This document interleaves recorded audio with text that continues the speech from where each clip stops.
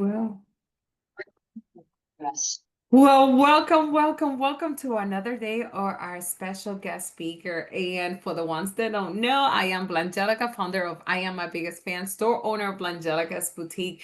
But today we have an amazing and special guest, and you want to know who she is? I do because I got the booking and I said, "What?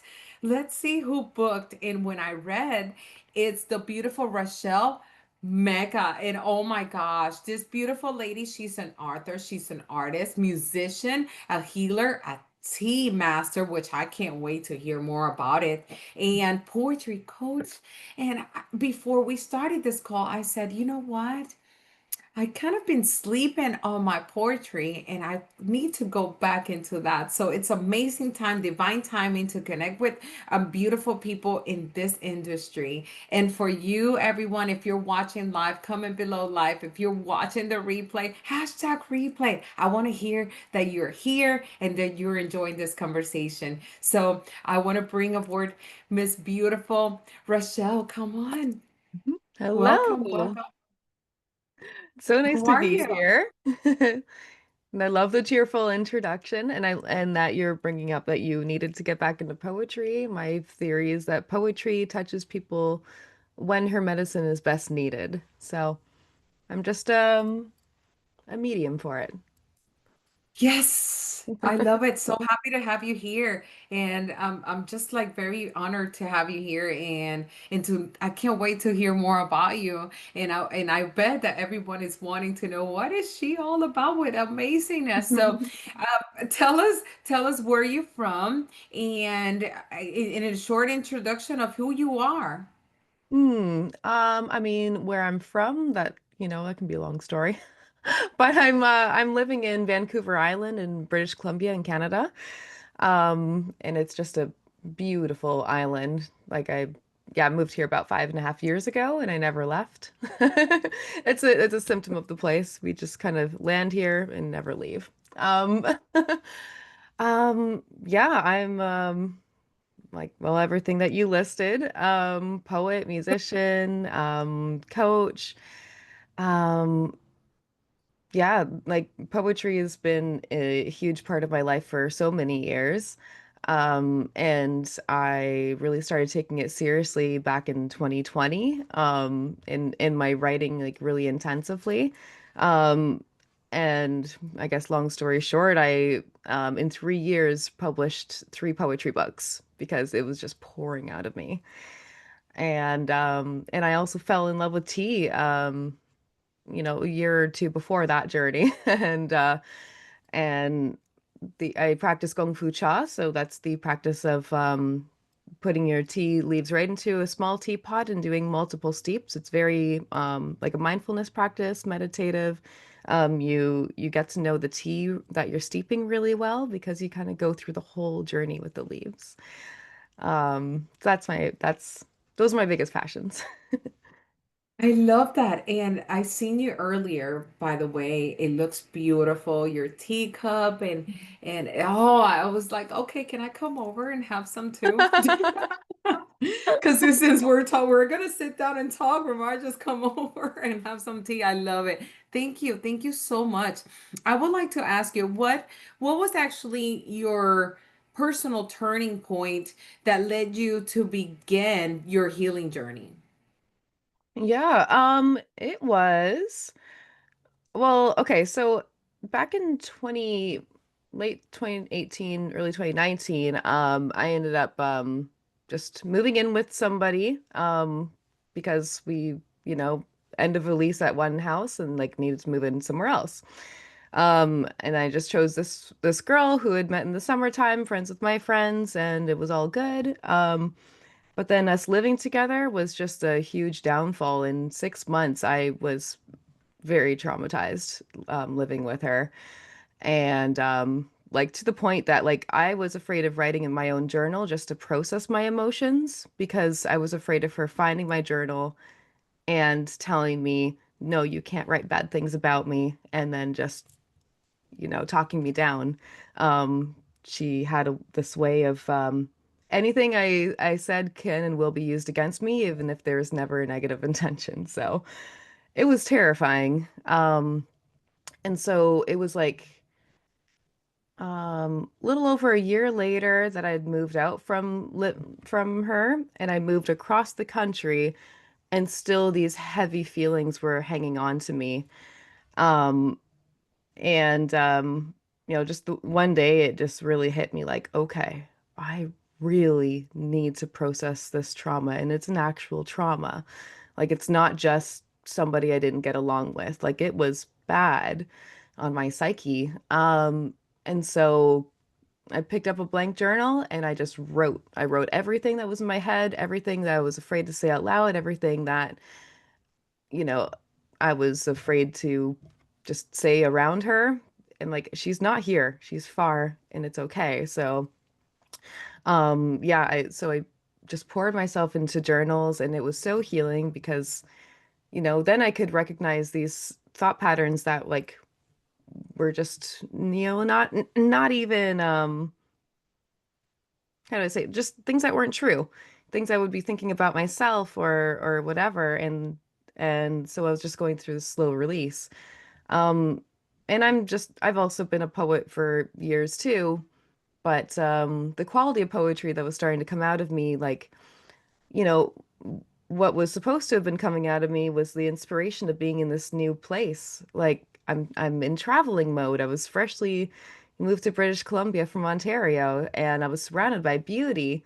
But the more I processed my trauma, the more I could actually allow in that enjoying of the beauty. And I was getting into Taoism, Buddhism. And so then applying all those kind of theories and philosophies into the poetry and in my own healing. And yeah, I guess I'm gonna end long story short there, but that was the catalyst, yeah. So, That's good. So basically, if you could mention what modality or mindset shifted that changed everything for you. Being probably the writing more likely, that was your modality that actually made that mindset change and made that turning point from just being in pain, maybe, to just a different mindset. yeah, it was like it was allowing myself to come back more into who I am because I felt that was really sucked out of me. Even my own sense of humor, like I just like being around that person. I just wasn't even able to laugh anymore because she would take it in the wrong way. But I'm just a giggly, bubbly person, and I laugh at everything, and it's never I'm in a the same malicious way. way. And so, like, just like going through it, I'm like, oh my God, like I'm not even laughing anymore. That's how much it hit me. So, but yeah, just writing is definitely my modality for knowing myself, for healing. I mean, even for channeling. I use it to communicate with my spirit guides. Um, and because with that practice, well, I guess people call it automatic writing. I'll just be like, I'll be in the mode. I'll be like, okay, peacock eyes, take my pen. Um, and then it's a different voice that comes through. So yeah, just allow my space to just fully write and heal through, yeah, coming back into myself. I also practice Reiki, so I can't pin specific moments with that, but it was definitely a part of me having that kind of healing Wow. modality to help me. Oh my God. Reiki saved me, by the way. Yeah. Could we didn't Yeah. talk about that? Reiki saved me, so I love Reiki. Reiki. I mean, I even named my dog Reiki. You Ah, imagine? wow. And I was not even a Reiki master then. I was being called. I wasn't listening. But Cool. yeah, yes, it was crazy. It was crazy, but now it all makes sense, right? Look at me now. It's like sharing amazing stories with you guys. When did you realize your story had the power to impact others? Um, I think I always knew.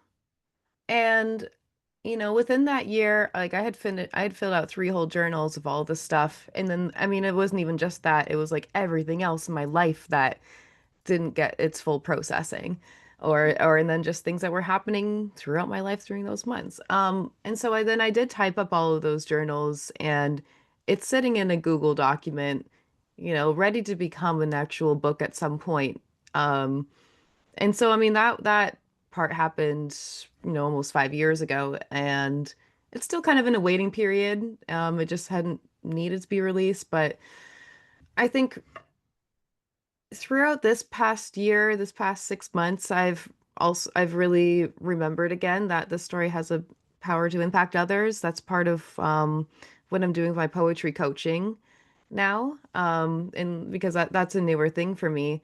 And so with one of my programs, the idea is to take people through that healing journey to, if they don't know really where to start, giving them the prompts to start focusing on their healing and just journal and write and just work through these things. Let it be messy. It doesn't matter. It's a journal. It's your own. No one else has to read it. You don't have to be perfectionist. That's hard for writers. And then also taking some of whatever you're learning and growing with and turning that into poetry. And so yeah, making that program was like, that is a powerful story that I did go through. So I think other people can experience it in their own way. I love that. I love that. How do you help others rise in their own power?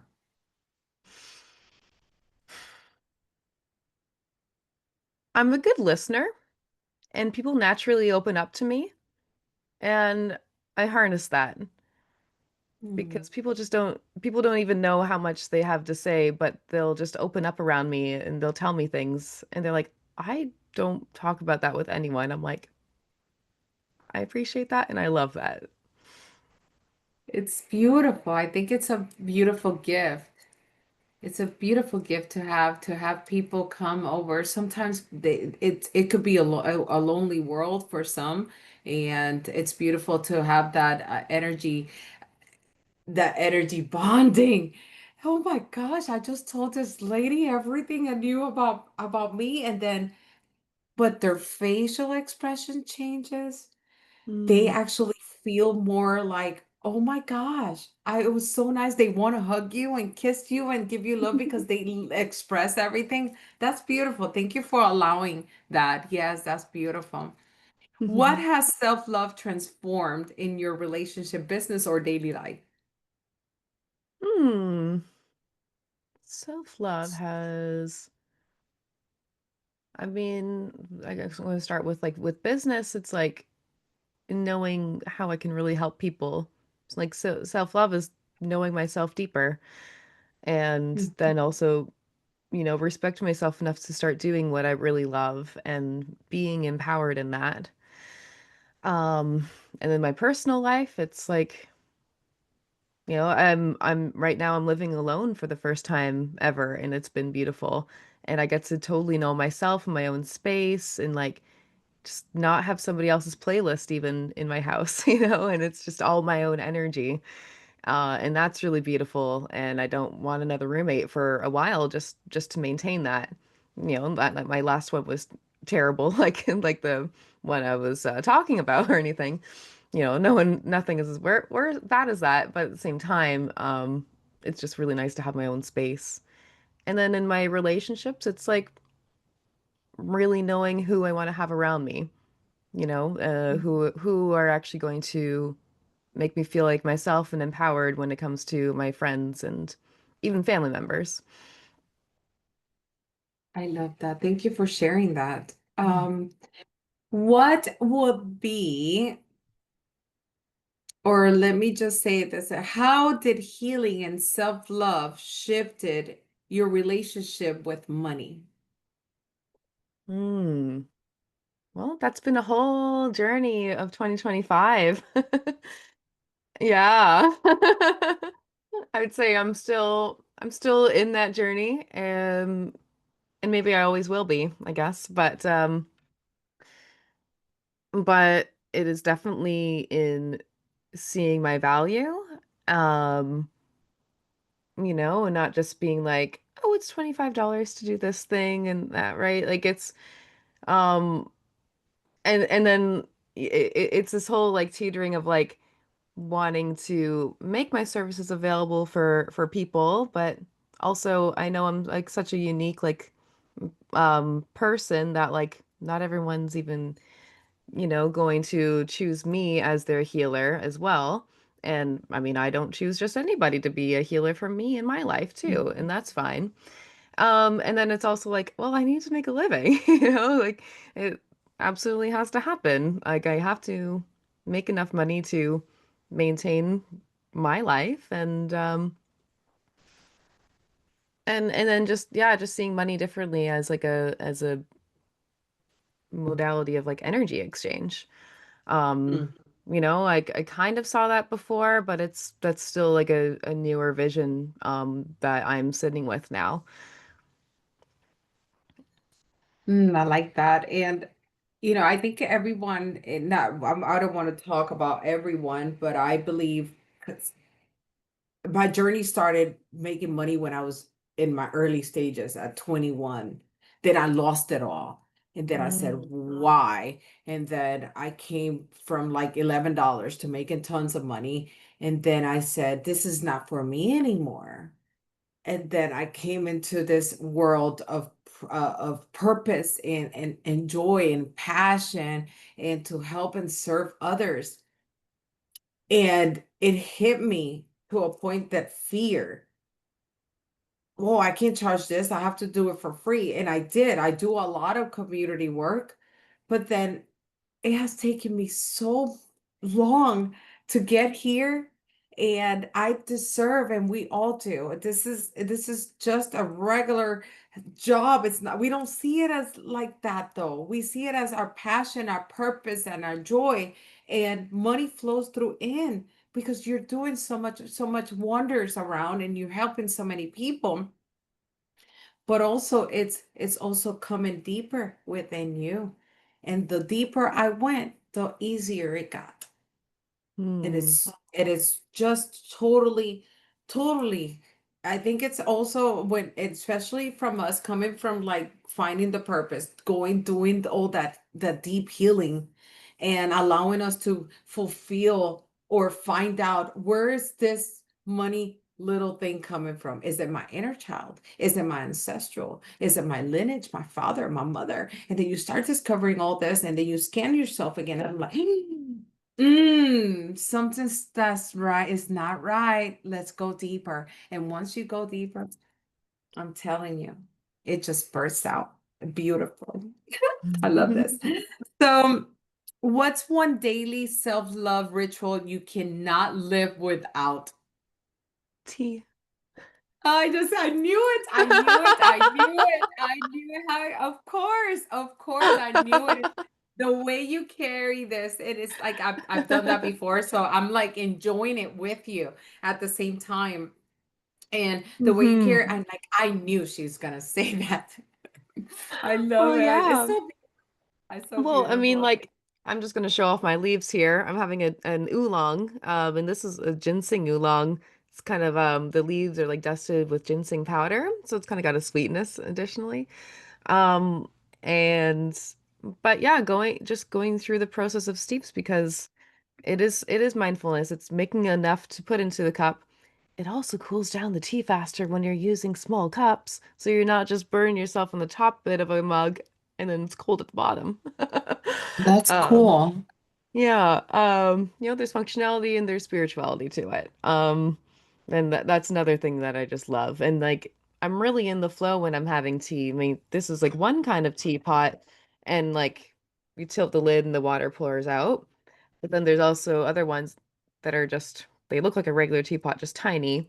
And then just even the practice of steeping, and making the right timing, the right water temperature, and even just flowing out of the pot. Like I can like pour here and I can go up and I don't know, like you just have Oh, fun in the yeah, I moment. I get it. I get it. And I can see the flow of it. By the time it gets to your hand, you have made like a beautiful ritual ready to have that tea. And I could just see you and envision yourself just like, oh my God, in such a grateful and I would say appreciation at this point. Appreciation. And then just like I know I've done that before, not at the level of you of doing the steep. I know maybe we need to learn more about that, but definitely it is it feels like a ritual. It feels like so in a different space, and it takes you to that space of balance. And I normally, when I do tea, I start doing a lot of journaling too. Oh, And good. it Yeah. makes me happy. And it makes me really happy. And I'm more of a morning tea, especially here so hot. Um, but then iced tea during the day because it's so hot, I still drink it. I love Yeah. that for you. Thank you for that. Oh my God, I love that. I love that. So amazing to have you here. Where can people connect with you? Tell the world where they could connect to, either social media, website. Yeah. So on Instagram, I'm just at Rachelle Mecca. On Facebook, also Rachelle Mecca. Just search those. So you'll see my name in the title here, how to spell it. And my website is meccatpoet.com. And I also my YouTube channel. It's at Mecca Poet. And so there you'll find different videos that I make. I also have a podcast, so you'll find the podcast on there. Sometimes it's some well, and it's called Speaking of Tea. So you get to experience me having tea, teaching and talking about it in there. And then any other spirituality stuff that ends up, being relevant at the time that I have to talk about. Oh, I like that. So I get, yes, that means that as soon as we're done here, I'm gonna need all that information so I could go inside, subscribe to you. That way I'll get notifications. So people, come on, you have to follow her. Check her out. Go to her podcast. Let's do some tea time and invite me if you're coming over. Just tag me. I am my biggest fan, and I'll come up and join you guys. That's amazing. I love it. I love it. Do you have any offers, events, or any gifts that you're currently offering to the world? Yeah, so I ran a grief poetry workshop last week, and it was across 5 days, and I'm taking all of the material and turning it into a course. So, what I have to offer your community is, any time that they end up finding this video, I'll honor the pre-sale price of $99. And it's going to go up to $500 eventually, once the course is complete. But the pre-sale, while it's, being converted into videos and prompts and everything, yeah, it's gonna be $99. And so that is a journey to, yeah, process your grief in a more healthy way. So there's a lot of journaling involved and also encouragement to write poetry about, for real self-expression, what you're really feeling. And, it's not just to, sometimes it is to say when you're really grieving somebody and you're holding them close in your heart and you want to say something beautiful, then you come out with a beautiful piece that you can always recite or put on your fridge or whatever. And you can also investigate the darker feelings because when we're grieving, sometimes there are heavy things that you don't want to admit. You're like, sometimes you feel relief and you're like, oh, I shouldn't feel that. But you're feeling it, and that's okay. And so it's to process all of what's going on. Oh, I like that. I've enjoyed it. For $99, you get all these amazing 5 days, which is gonna be a course, and it's gonna be a higher price. So act now. $99 is nothing to let go, to heal, to empower yourself, to do your own poetry. Oh my gosh, I love it. I'm really, really excited for you. I'm really, really proud of you for coming into the space and sharing your stories. What would be, and this is where we're gonna finish with you. What would be the world needs more of? Poetry, Oh, poetic yes. thought, poetic ways of speaking to other people. I love it. I gotta get back to that. I mean, I've lost it for years, and I said no more. This year, 2025 has been on fire on me. It's been amazing fire. I mean, I had to go through the emotions, right? But that's what we do. We just go through it, and here we are.